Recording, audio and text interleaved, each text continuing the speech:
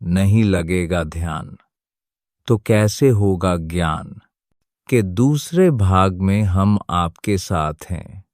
आइए आगे बढ़ें।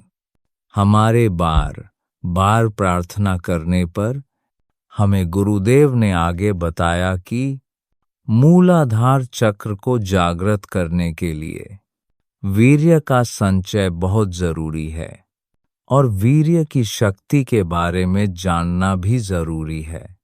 वीर्य ही प्राण शक्ति है। वीर्य में बहुत शक्ति है और उसका प्रत्यक्ष उदाहरण है लिगेंद्रिय की उत्तेजना। यह बहुत बलशाली है और हो भी क्यों नहीं, आखिर उसमें प्राण शक्ति है और जहां प्राण होते हैं वहीं तो बल होता है। बल भी ऐसा कि हाथी को भी वश में कर ले। इसी वीर्य प्राण शक्ति के द्वारा संतान उत्पन्न होती है, अर्थात वीर्य के द्वारा सृष्टि होती है। अगर वीर्य नहीं होगा तो सृजन कैसे होगा? और इसी वीर्य के संचय को ब्रह्मचर्य कहा गया है। यही वीर्य बाहर निकलकर संभोग क्रिया द्वारा सृष्टि करता है। जिस मार्ग से वीर्य बाहर निकलता है उसी मार्ग को बंद करना है और ऊपर की तरह खींचना है। इसी को मूलबंध कहते हैं।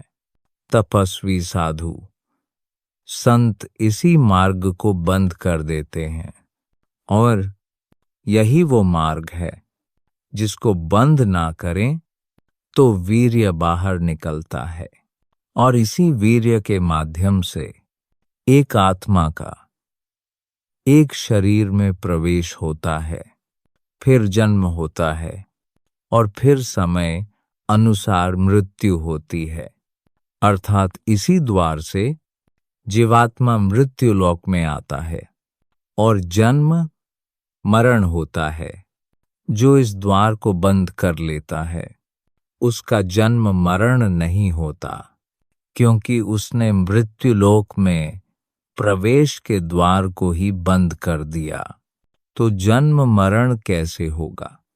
वास्तव में वीर्य ही वो प्राण शक्ति है जो मूलाधार चक्र को जागृत कर देती है। तो वीर्य स्वप्न में भी बाहर ना निकले, ऐसा करने की जो विधि है वो गुप्त है और उसके लिए शिष्य को गुरुदेव संग में रहना पड़ता है, तभी वो इसे सिद्ध कर पाएगा।